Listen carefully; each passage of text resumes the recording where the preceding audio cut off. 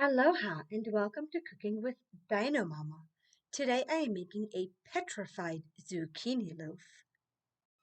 This episode is not sponsored by anyone, and anything I use or that you see is what is available in my home or local grocery. Prepare the zucchini first. Don't peel it, but do chop off the ends. Is there any good way to grate anything? You can do this manually by hand or in a food processor. Grate 2 full cups. Or, yes, you can use the frozen stuff, but make sure it's thawed first so you don't have the extra moisture. Next, preheat the oven to 350 degrees Fahrenheit and spray a loaf pan and set it aside.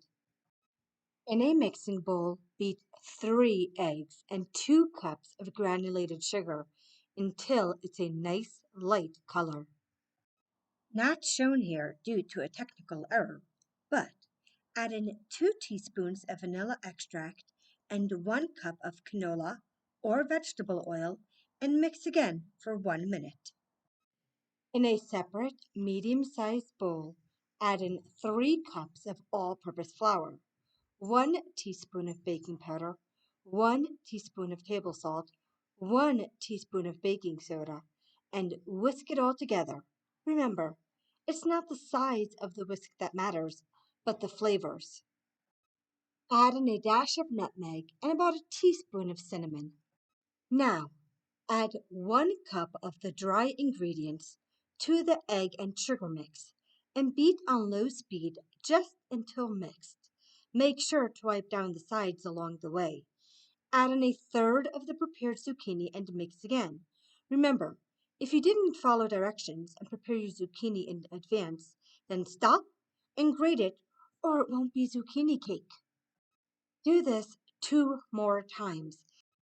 A fossil unearthed in 2015 in the North Dakota town of Walhalla, named after Valhalla from Norse mythology, has been named Jormungandr walhallensis. Similar to its namesake, the species is a massive, meat-eating marine mosasaur and lived about 80 million years ago. Oh no, Steggy! I know you're an herbivore, but get out of the zucchini! And now, back to our petrified loaf. Add another cup of the flour mixture and mix again. Add in some more zucchini and mix. Now, add the last of the flour and mix. Wipe down the sides and add the last of the zucchini. If you choose to add currants or raisins, you can add them now. Transfer from the mixing bowl to the pan and bake for 45 minutes to 1 hour. In high humidity, everything seems to take just a little longer. If you have extra batter, this recipe makes delicious zucchini muffins. Now, I did make a frosting for my zucchini loaf, but it is completely unnecessary. So, if you want, stop the video now. Otherwise, mix half a cup of powdered sugar with a tablespoon of lemon juice. You can add more lemon as necessary, or even make this with oranges or lime.